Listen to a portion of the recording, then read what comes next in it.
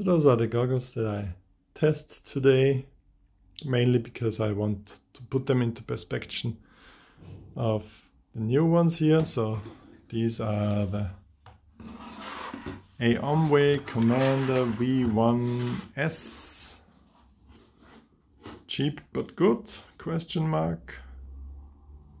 Build quality fine, features good.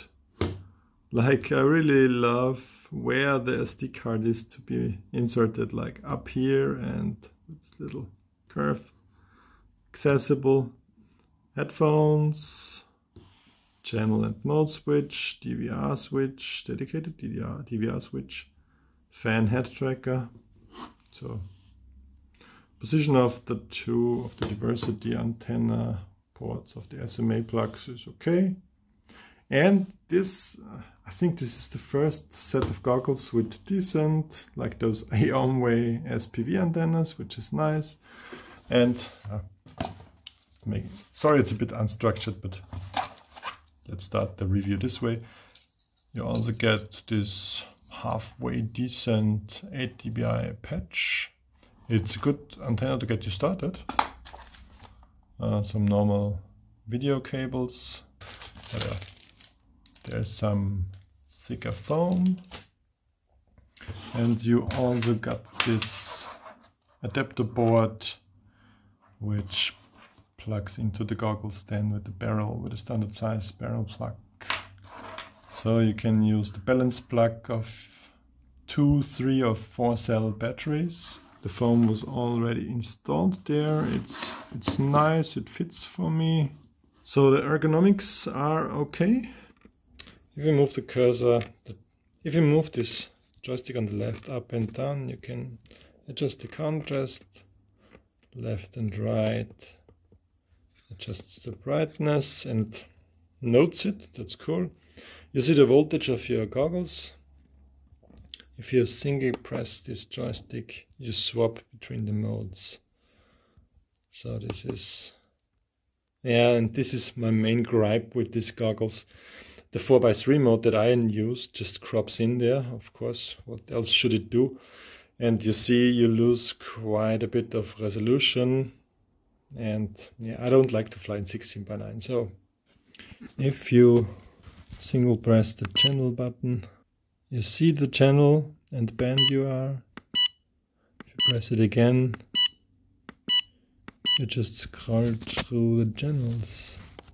I'm on FatChuck 7. If you long press it, you change the band.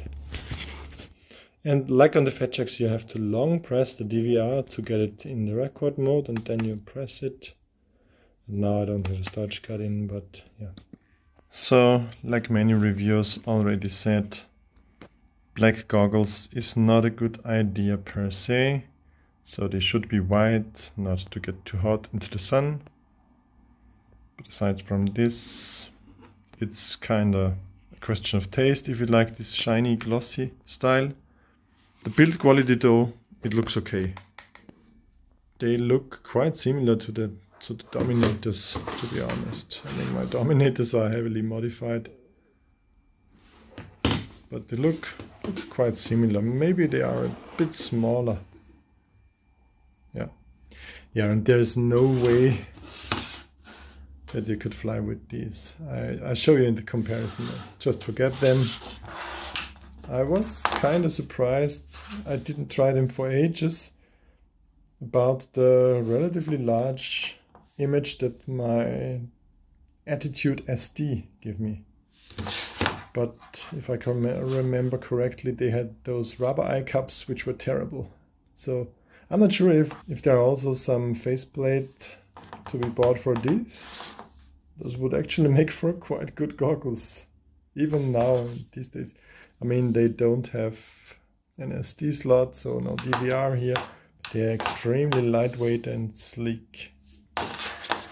And in my EV100 video, someone argumented against my dissing of the goggles and said, yeah, I've shown no alternatives. Well, let's show you an alternative. Those FXT goggles, those kind of box goggles, periscope style box goggles, where you mount the screen that I actually use here. Mount the screen here. You have like a really large field of view. The aesthetics are not too bad. This thing has a diversity receiver, a DVR built in. As you see, it's really usable. It's really convenient. It's powered via a micro USB here. So those goggles would be my tip if you can live with the size. I mean, they're a bit hard to pack in the backpack. And I mean, watch the full review of these. Those would still be my recommendation over cheap normal style goggles. Nobody wants this. Get rid of this. And of course these are great, but as I saw in my last tests, that if you use DVI it can freeze on you, which is ugly. Ugly beast. Banggood was nice to send me them. I heard that the price was down all the way to $130, $150. That would be a really good deal. 200 or more, I think they would be too expensive. Of course, the Dominators, which are still around $500, they are damn good, but they are too expensive, yeah. They would be a good replacement for Dominators. They really have, yeah, the best analog image next to the really, really good digital image. They are really damn fine looking if you fly with them, and I would still 100% recommend them to anybody if they hadn't frozen up on me on the last flight. So we gotta keep an eye or two on this. I really don't have a good feeling now flying them in analog mode. So, and hopefully they can make the DVR more stable in the future update, which they are known for. Take a look at these. Maybe they are something for you. If you are used to fly 16:9, yeah, why not? You could use them for 16:9. But if you're a 4:3 guy, stay away from them. The field of view would be too small for you then. So for filming up close into the goggles, I used the new Vantop, which is the SJ8, because the lens is small and it protrudes quite a bit. So it, I mean, my eye doesn't look like this, but it can emulate the position of the eye quite nice if you move it up close. So you can really see into those goggles. But what I wanted to share with you is what you have to expect. I mean, the image quality is great from the Vantop, but I don't think so. So what does it do now? Turning off and turning it on again. Apparently this fixes all the problems, so they built this in as a feature. Have you tried turning it off and on again? So the only way to turn this thing off is by removing the battery. It's ridiculous. Take this just as a little update to the Vantop. It's the Predator image in 4:3, and my action cam is about where my eye would be. So that's roughly 45 degrees field of view. That's what I think is a really large field of view on normal goggles, and what I'm used to and what I really like. The combination of this large field of view on the goggles also needs a quite wide lens on the copter. A narrow lens and wide field of view in the goggles is not good for you. Next up, Fat Shark Attitude SD. Once again, around where my eye would be, which makes for a really large impression. If I recall it correctly, those should be 35 degrees of field of view. That's about the lowest field of view that I like to fly. AOMWay Commander V1s. Let's also try to get in there.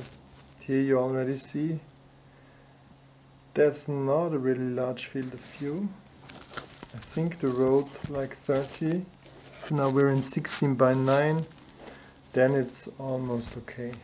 I mean, this is still too small for me because I'm missing vertical resolution. Maybe for planes it's okay. And just to make the joke once more, and really, I got so much hate. I mean, I also got a lot in the comments, but I get a lot of hate for dissing them EV100. Let me show you. I mean, that's really, I'm not sure if my video can transport this well, but if you try them on while you can compare them to other goggles, that's really just a joke. I mean, I cannot imagine anybody being able to fly with such a small field of view. If you have these and if you want to defend them now, go ahead and start a war in the comments. But honestly, that's way too small of a field of view. So I still think this would be the worst decision to spend $100 or whatever they are.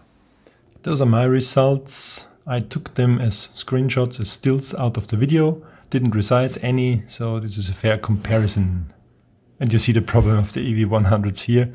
You also see the 16:9 of the Commanders would be okay, but the 4x3 is almost as small as the EV100s. Okay, thanks a lot for watching this. Once again, very unprofessionally filmed, sorry. The phone is just so convenient. This quick review about those AOMWay, I just wanted to get this off my shelf. Banggood is really nice of sending me stuff that I give bad reviews about, and they still keep sending me stuff. So that's big thumbs up to Banggood for keep sending me stuff, even though I'm not a good salesman for them. I hope you enjoy my reviews, and I hope it helps you avoid stuff that would waste your money. And I'm kind of torn. I mean, this for sure is a waste of money. I told you this. I got a lot of views, but also a lot of hate on my EV100D review. These are not a complete waste of money. As I said, if they are $150, maybe you can't do much wrong with them. They are clearly much higher quality than the EV100s. But still, I would only get them as a 16:9 flyer, not a 4x3 flyer. And I guess many mini quad pilots 4x3? Only those who know that you need a lot of up and down.